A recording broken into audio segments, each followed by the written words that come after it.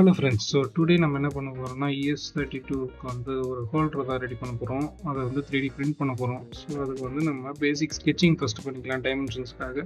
So dimensions எப்பவுமே எம்எம்மில் தான் இருக்கணும். நம்ம வெர்னியரோ இல்லை ஸ்கேலில் வச்சு நம்ம லென்த் பிரெத் அண்ட் ஹைட் வந்து நம்ம மெஷர் பண்ணிக்க போகிறோம். ஸோ ஒன்ஸ் அதை மெஷர் பண்ண அப்புறமா நம்ம எப்படி பிரிண்ட் பண்ணலான்றது ஒரு பேசிக் ஐடியா வந்து ஜஸ்ட்டு நம்ம எப்பவுமே பென் ஸ்கெட்ச் பண்ணிவிட்டு அதுக்கப்புறமா தான் Fusion 360 டிசைன் பண்ண ஸ்டார்ட் பண்ண போகிறோம். ஸோ இதுக்கு பேசிக்காக பார்த்தீங்கன்னா இந்த பேக்கில் இருக்க 2 பின்ஸ் இருக்குது பார்த்தீங்கன்னா, அதை வந்து ஸ்லாட் மாதிரி இன்சர்ட் ஆகிற மாதிரியும் மீதிலாம் வந்து ஒரு பிளேட் மாதிரி பிளேஸ் ஆகிற மாதிரியும் தான் நம்ம பண்ண போகிறோம். சம் டைமென்ஷன்ஸ் எடுத்துக்கலாம். அதேமாதிரி பார்த்தீங்கன்னா அந்த 4 கார்னர்லேயும் வந்து ஒரு எம்டி சர்க்கிள் இருக்குது. ஸோ அதில் வந்து நம்ம எதுனா பிளேஸ் ஆகிற மாதிரி ஒரு பின் மாதிரி நம்ம ரெடி பண்ணிக்கலாம். ஓகேங்களா? ஸோ இதுதான் பேசிக் ஐடியா. நம்ம Fusion 360 வந்து ஓப்பன் பண்ணி நியூ ஸ்கெட்ச் வந்து ஓப்பன் பண்ணிக்கலாம். So let's go. ஸோ இப்போ நம்ம Fusion 360 போயிட்டோம். பேசிக் ஸ்கெட்ச் வந்து டாப் வியூவில் பார்த்த மாதிரி எடுத்துக்கலாம். ஸோ இது வந்து நான் ஃபாஸ்ட் ஃபார்வர்டு தான் பண்ணியிருக்கேன். உங்களுக்கு ஒரு டீட்டெயில் எக்ஸ்ப்ளனேஷன் மாதிரி எதாவது வீடியோன்னா நீங்கள் கமெண்ட் பண்ணுங்கள். நான் ஃபுல்லாக வந்து மெதுவாக எக்ஸ்பிளைன் பண்ணுறேன். ஸோ நம்ம வந்து பேசிக் சென்டர் பாயிண்ட் ரெக்டாங்கிளில் வந்து ஒரு ரெக்டாங்கிள் க்ரியேட் பண்ணியிருக்கோம். அந்த டைமென்ஷன்ஸ் போட்டு நீங்கள் டேப் ப்ரெஸ் பண்ணிங்கன்னா லென்த் அண்ட் பிரெத் மாற்றிக்கலாம் மெஷர்மெண்ட்ஸ். டேப் ப்ரெஸ் பண்ணி நம்ம அந்த டைமென்ஷனும் போட்டுக்கலாம். ஸோ இதை சுற்றி நம்ம இன்னொரு ரெக்டாங்கிள் போட்டு அந்த ரெக்டாங்கிளுக்கு இதுக்கும் வந்து பார்த்திங்கன்னா ஒரு கேப் மாதிரி மினிமம் கேப் வச்சுக்கலாம். எவ்வளோன்னு வச்சுக்கலாம். அது நம்ம இஷ்டம் தான். இல்லைங்களா? நான் ஸோ ரேண்டமாக போடுறேன், ஒன்றும் பிரச்சனை இல்லை.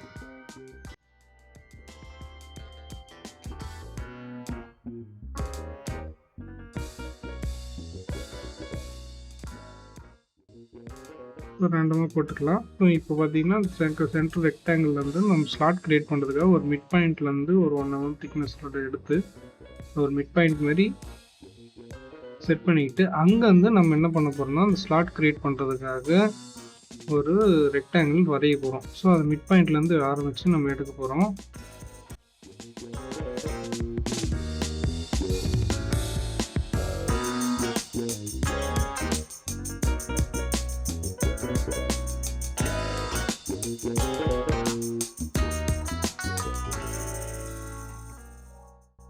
ஸோ 44/2ன்னு சொல்லிட்டு நம்ம எடுத்துக்கலாம். இதுலேயே ஆக்சுவலி நீங்கள் மெஷர்மெண்ட்ஸ் வந்து இதிலே சப்ஸ்ட்ராக்ட் பண்ணிக்கலாம்.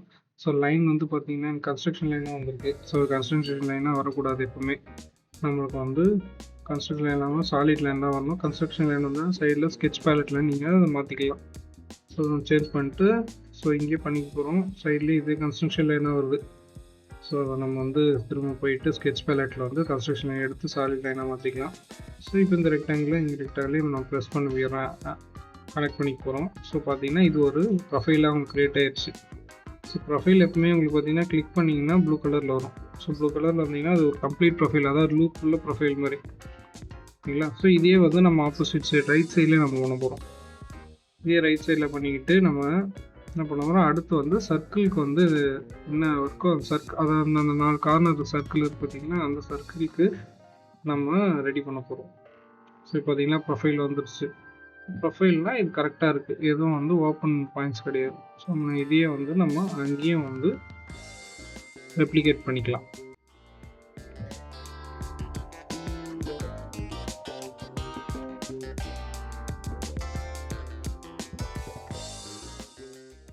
உங்களுக்கு இது எதுவும் புரியலன்னா ஜஸ்ட் கமெண்ட் பண்ணுங்கள். நான் இது ஆக்சுவலி சின்ன டயக்ராம் தான் நம்ம பண்ணுறோம். ஸோ இந்த டிசைன் வந்து உங்களுக்கு புரியலன்னா சொல்லுங்கள். நம்ம இதையே வந்து நான் டீட்டெயில் எக்ஸ்ப்ளனேஷன் வீடியோவாக நெக்ஸ்ட் வீடியோ நான் போடுறேன். ஓகேங்களா?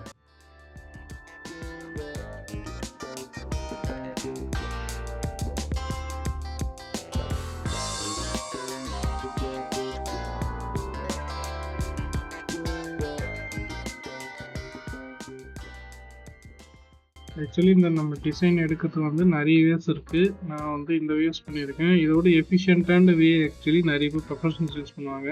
நான் இப்போ தான் Fusion 360 வந்து கற்றுக்கிட்டு வரேன். ஸோ அதனால் நான் இதை யூஸ் பண்ணுறேன். இதோட பெட்டர் அப்ரோச் எதுனா இருந்துச்சுன்னா எனக்கு அதையும் கமெண்ட் பண்ணுங்கள். நம்ம அதையும் ஒரு ட்ரை பண்ணி பார்க்கலாம். ஏன்னா கண்டிப்பாக அது பெட்டர் எஃபிஷியன்ட் அப்ரோச்சுன்றது கண்டிப்பாக ஒன்று இருக்கும். ஸோ நம்ம இங்கே சென்ட்ரல்லேருந்து அந்த ஸ்லாட் போட்டதுக்காக நம்ம ஒரு சர்க்கிள் வந்து எடுத்துக்கிறோம். இந்த சர்க்கிளையும் நம்ம அப்படியே காப்பி பண்ணி மூவ் பண்ணிக்கலாம்.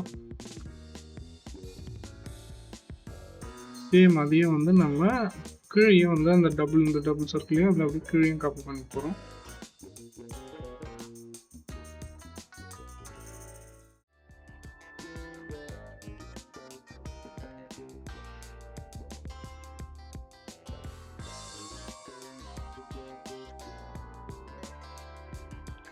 பண்ணிட்டு இப்போ நம்ம இது எக்ஸ்ட்ரூட் பண்ணுறது பார்த்தீங்கன்னா ஒன்றும் இல்லை, கொடுத்தோம்னா போதும். எக்ஸ்ட்ரூட் வந்து எத்தனை பண்ணுறது மட்டும் பண்ணிக்கலாம். நம்ம 1 போட்டு போகிறோம்.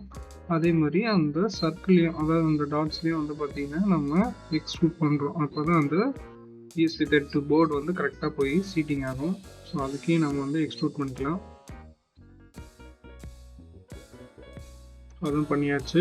ஸோ இதுக்கப்புறம் நம்ம ஒன்றும் இல்லை, இதை சேவ் பண்ணி நம்ம 3MF ஃபார்மேட்டில் சேவ் பண்ணிவிட்டு அப்புறம் க்ரியல்டி சைஸில் ஸ்லைசர் ஓப்பன் பண்ணி ஸ்லைஸ் பண்ண போகிறோம். எதுக்குன்னா கோடு ஃபார்ம் பண்ணுறதுக்காக. அப்போ தான் நம்ம பிரிண்டிங் 3D பிரிண்டரில் வந்து பார்த்திங்கன்னா கோடை தான் நம்ம இன்சர்ட் பண்ண முடியும். ஸோ அதை வந்து க்ரியாலிட்டியில் போட்டு நம்ம ஸ்லைஸ் பண்ணிக்கிட்டு நம்ம 3D பிரிண்டிங் நம்ம ஸ்டார்ட் பண்ணிக்கலாம்.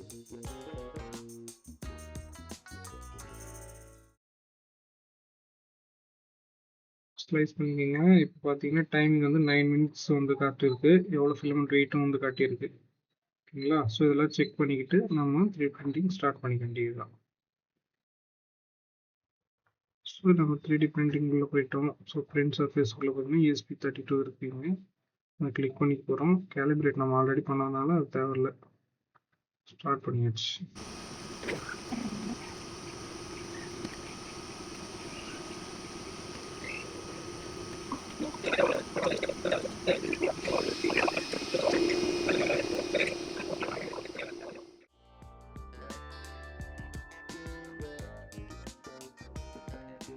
த்ரீ பிரிண்ட் கிரியேட் ஆகிடுச்சு. ஸோ அந்த பிரிம்ஸ்லாம் வந்து கிரியேட் ஆகிருக்கும், அதெல்லாம் நீங்கள் ரிமூவ் பண்ணிவிட்டு ஸோ நம்ம சிப் வந்து பக்காவாக இன்சர்ட் ஆகிடுச்சு. ஸோ இது நம்ம யூஎஸ்பி கேபிள் இருக்கணும், கரெக்ட் கிளியரன்ஸில் இருக்கணும். ஏன்னா யூஎஸ்பி நம்ம கேபிள் வந்து கிளிக் பண்ணும்போது எதுவும் இஷ்யூஸ் வரக்கூடாது, எல்லாம் பக்காவாக இருக்குது.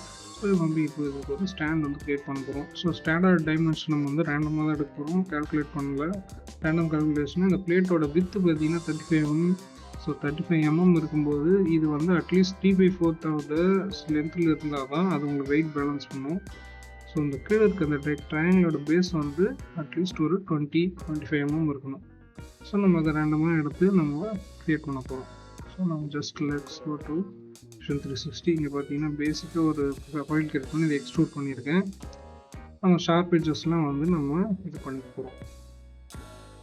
ஸோ இதையே வந்து காப்பி பண்ணி அந்த சைடு எடுத்துகிட்டு போயிட்டு அதுக்கு பார்த்தீங்கன்னா கொஞ்சம் எக்ஸ்டென்ஷன் வந்து க்ரியேட் பண்ணுறோம். ஏன்னா ஒரு சைடு தான் யூஎஸ்பி வந்து இருக்க போகுது. ஸோ இது க்ரியேட் ஆகி பிரிண்ட் ஆகிடுச்சு. ஸோ பிரிண்டிங் வீடியோ ஆக்சுவலி அதனால் வீடியோ எடுக்க மறந்துட்டேன். இது ஏன் நம்ம ஒன் சைடு மட்டும் எக்ஸ்ட்ரூட் பண்ணிடுறோம்னா இன்னொரு சைடு வந்து யூஎஸ்பி கேபிள் நம்ம செக் பண்ண போகிறோம். ஸோ அதுக்கு வந்து டிஸ்டர்பன்ஸ் இருக்கக்கூடாதுன்னு சொல்லிட்டு ஒன் சைடு மட்டும் பண்ணியிருக்கேன்.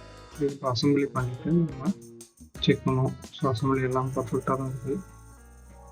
ஸோ நம்ம ஸ்டாண்ட் ரெடி. ஸோ இதெல்லாம் டவுட்ஸ்னா இம்ப்ரூவ்மெண்ட்ஸ் என்ன சஜஷன்ஸ்னால் கமெண்ட் பண்ணுங்கள். ஆல்சோ சப்ஸ்கிரைப் பண்ணுங்கள். நம்ம நெக்ஸ்ட் வீடியோவில் பார்க்கலாம்.